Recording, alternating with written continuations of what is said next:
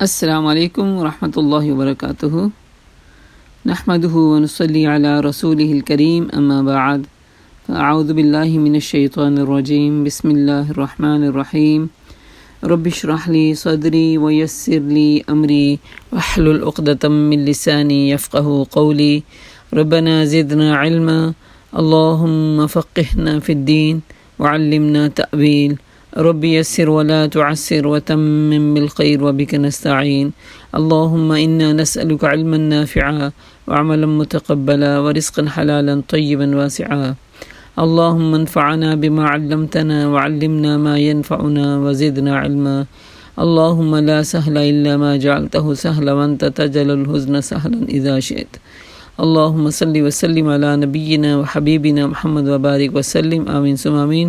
سب کو ویلکم کرتی ہوں اس دعا کے ساتھ کہ اہلا و سہلا و مرحبا، یا ربنا دے ہم سب کو اہل القرآن و اہل التقوی و مغفرہ، آمین۔ سورۃ یونس آیہ نمبر 66۔ اعوذ باللہ من الشیطان الرجیم، بسم اللہ الرحمن الرحیم۔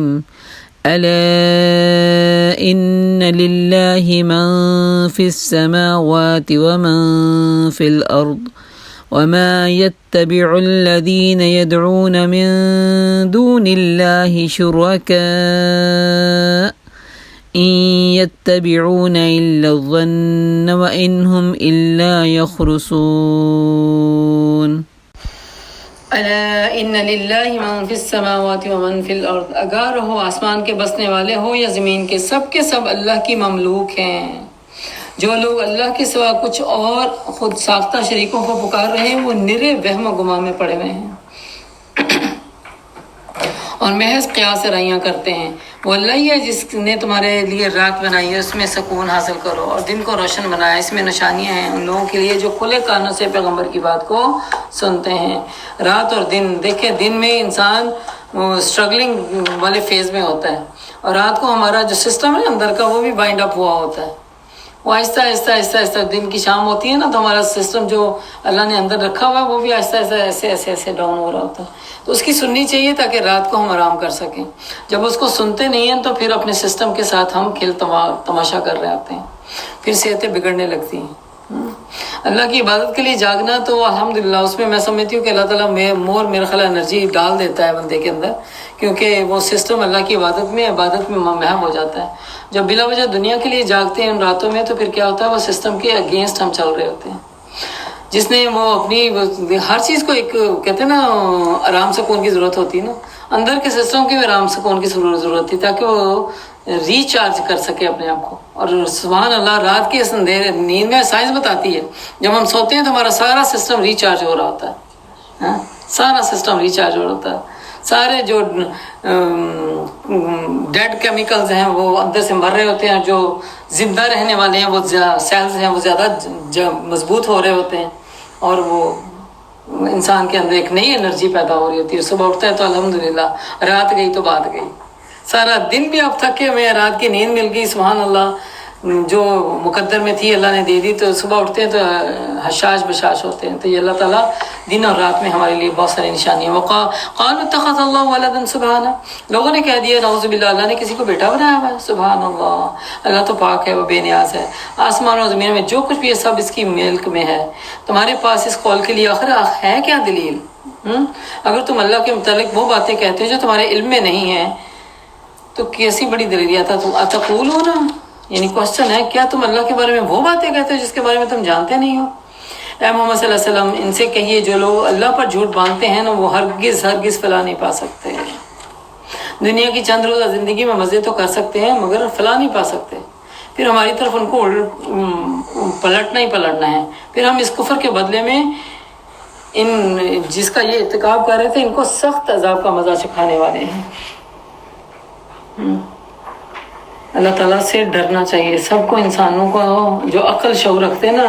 یہ اتنی سمپل اور سیدھی باتیں ہیں، کوئی ہے جو بے عقلا ہو جس کو سمجھ نہ آتی ہوں؟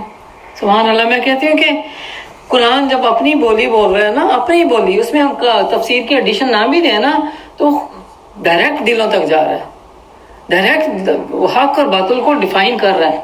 ڈائریکٹ ہمیں شوق دلا رہا ہے اللہ کی طرف بڑھنے کا، اور ڈائریکٹ ہمیں اللہ کے غضب سے بچنے کے لیے اویئرنیس دے رہا ہے. تو کون سی چیز ہے جو آڑے آ رہی ہے کہ جس میں انسان کہتے ہیں نا ابھی بھی نہیں مان رہا. ان کو نوح علیہ السلام کا قصہ سناؤ، اس وقت کا قصہ جب اس نے اپنی قوم سے کہا تھا اے برادران قوم، اگر میرا تمہارے درمیان رہنا اور اللہ کی آیات کو سنا سنا کر تمہیں غفلت سے بیدار کرنا تمہارے لیے ناقابل برداشت ہو گیا ہے تو میرا بھروسہ تو اللہ پر ہے. تم اپنے ٹھہرائے ہوئے شریکوں کو ساتھ لے کر ایک متفقہ فیصلہ پھر کر ہی ڈالو. جو منصوبہ تمہارے پیش نظر ہو اس کو خوب سوچ سمجھ لو تاکہ اس کا کوئی پہلو تمہاری نگاہ سے پوشیدہ نہ رہے. پھر میرے خلاف اس عمل کو بھی لے آؤ جو میرے اور مجھے ہرگز مہلت بھی نہ دو. تم نے میری نصیحت سے منہ موڑا تو میرا کیا نقصان کیا؟ میں تو تم سے کسی اجر کا طالب گار بھی نہیں تھا. میرا اجر تو اللہ کے ذمہ ہے، اور مجھے حکم دیا گیا کہ خواہ کوئی مانے یا نہ مانے میں خود فرما بردار ہو کر رہوں. یہ سچے انسان کی نشانی ہوتی ہے، اسے دنیا سے کچھ نہیں چاہیے ہوتا.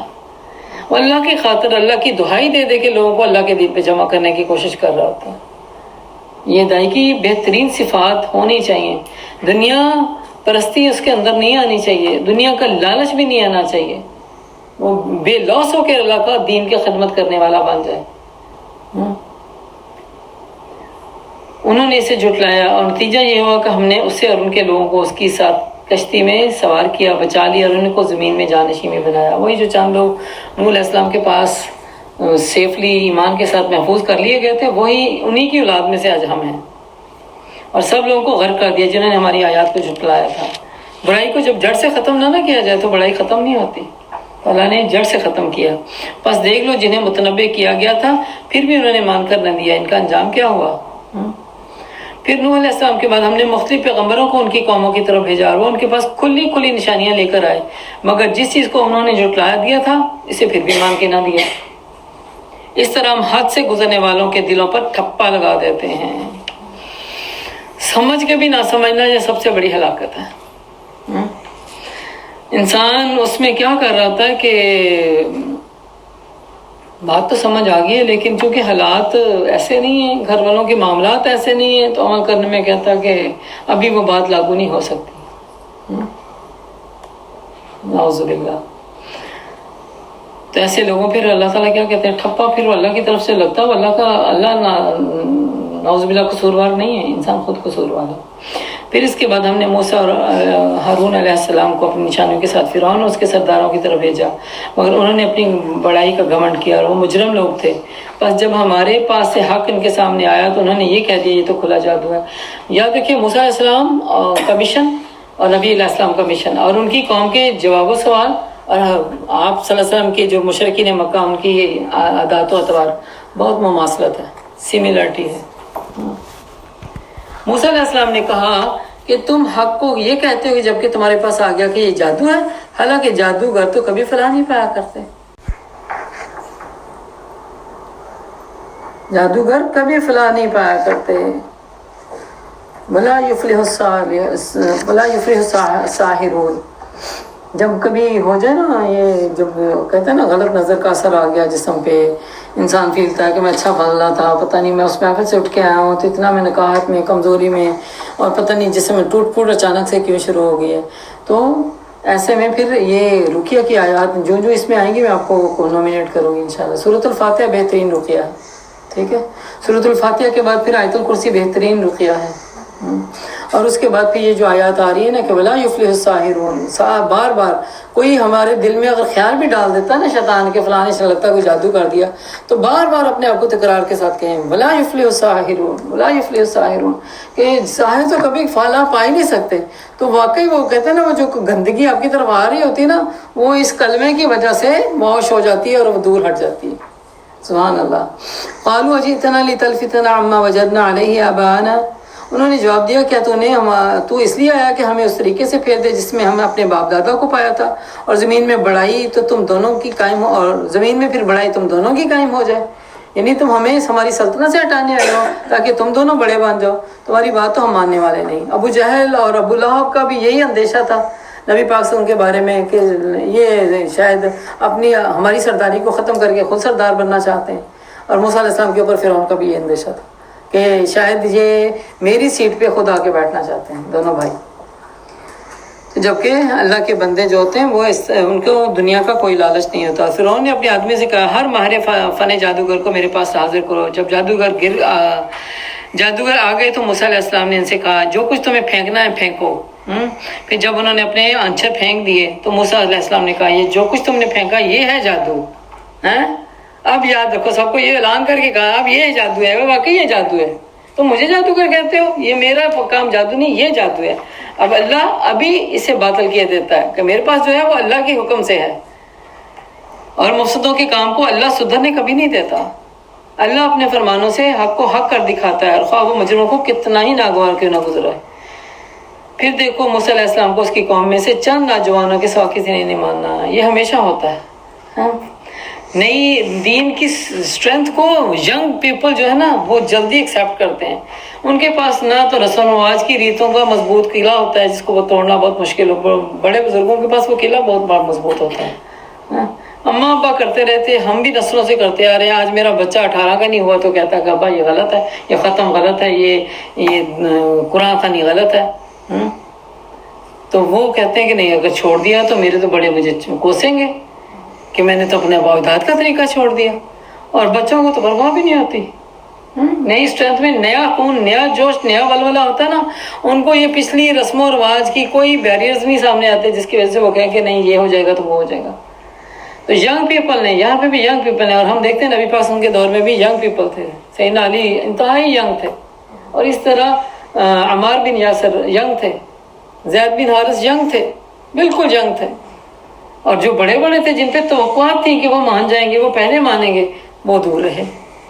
تو لوگوں کی ینگ پیپل نے, چند نوجوانوں نے مانا موسیٰ علیہ السلام کے ایمان کو, اور فرعون کے ڈر سے وہ خود اپنی قوم کے سربراہ لوگوں کے ڈر سے جنہیں خوف تھا, اور فرعون ان کو کہ عذاب میں مبتلا کر دے گا, تو وہ انہوں نے اپنے ایمان کو چھپایا. اور واقعہ یہ ہے کہ فرعون زمین میں غلبہ رکھتا تھا, یعنی اس کی دہشت تھی, ایسی بات نہیں کہ وہ بلا وجہ ڈر رہے تھے. وہ جو ذریت من قومی علی خوف من فرعون, اس قوم کے فرعون کے خوف سے اگر ڈرتے تھے وہ چند نوجوان, تو وہ ڈر بھراک تھا. اللہ کے نبی قرآن پاک فرماتے ہیں کہ وَإِنَّ فِرْعَوْنَ لَعَالٍ فِي الْأَرْضِ, واقعی وہ فرعون جو تھا وہ ایک غلبہ رکھتا تھا. دیکھیں جو اتھارٹی رکھنے والا انسان ہو, جس کے پاس پاور ہو, قوت ہو, طاقت ہو, وہ ایک سیکنڈ کے اندر حکم دے کے آپ کو ادھر سے ادھر ہٹا دے گا. تو ایسے میں انسان کی حکمت عملی کیا ہوتی ہے کہ منہ میں جا کے نہ والا ڈالے کہ میں کر رہا ہوں ایمان.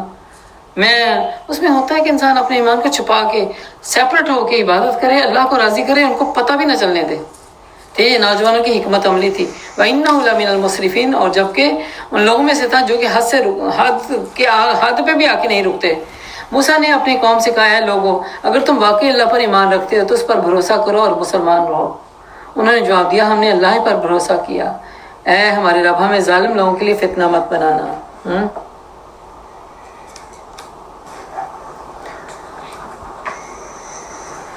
تو اس سے پتہ چلتا ہے کہ دعا سے پہلے بھروسہ جو بہت ضروری ہے نا, کہ دعا تو کر رہی ہیں لیکن بھروسہ ہوگا تو دعائیں قبول ہوئیں گی نا. توکل ہے تو دعائیں قبول ہوں گی نا. آپ نے گمان اچھا رکھا ہوا تو اللہ کا واسطہ, اللہ کا جو راستہ تمہیں اختیار کرنے کو آسانی ملے گی نا. تو اللہ پہ توکل کرو دعاؤں کے ساتھ. ربنا لا تجعلنا فتنة للقوم, اس لیے توکل پہلے رکھا گیا دعا سے. تو پھر انہوں نے دعا کی, ہمارا توکل تو رب پر ہے, اور اس کے بعد ہم دعا کرتے ہیں کہ اللہ تعالیٰ ہمیں کبھی ظالم لوگوں کے ہتھے نہ چڑھنے دے, اور اپنی رحمت سے ہمیں ان کافر قوموں سے نجات دے دے. وَأَوْحَيْنَا إِلَىٰ مُوسَىٰ وَأَخِيهِ, اب یہ وہ الٹیمیٹ اللہ تعالیٰ ایک اور حکمت عملی سکھا رہے ہیں اپنے موسیٰ علیہ السلام اور ان کے بھائی کے ذریعے, کہ ہم نے موسیٰ اس کے بھائی کو اشارہ کیا کہ مصر میں چند مکانوں کو اپنے قوم کے لیے مہیا کرو, ان کو اپنے مکانوں کو قبلہ و ٹھہرا لو اور نماز قائم کرو. یعنی گھروں میں آنے جانے کو تو کوئی کسی کو دقت نہیں ہے جب تک یہ پتہ نہ چلے کہ اس کو ہم نے مسجد بنا لیا. جن ملکوں میں ہم رہتے ہیں, اگر ہمارے گھروں میں کوئی لوگ آتے جاتے ہیں تو ان کو کوئی تکلیف آبجیکشن نہیں ہونی چاہیے, اللہ ماشاء اللہ کہ انہیں یہ پتہ چلے کہ ہم یہاں بیٹھ کے دین کی تعلیم سیکھتے ہیں. پھر ان کو پیٹ میں درد ہوتی ہے نا, کہ یہ کیوں کر رہے ہیں, یعنی اپنے گھروں میں بیٹھ کے اپنے دین کو پروموٹ کرنے کے لیے لوگوں کو جمع کر رہے ہیں. اور ناروے میں تو یہ چیزیں زیادہ تھیں کیونکہ بہت زیادہ تعصب پایا جاتا وہاں پہ. اتنا وہ ٹھنڈا ملک ہے, اتنے لوگ بھی اس طرح کے ٹھنڈے ہیں. ادھر آ کے الحمدللہ میں کوئی زندگی نظر آتی ہے ماشاء اللہ سے, مگر ادھر ہے ایسا تعصب کہ ایسی چھوٹی چھوٹی باتوں پہ آپ نگاہ رکھیں گے اور اس پہ آبجیکشن کریں گے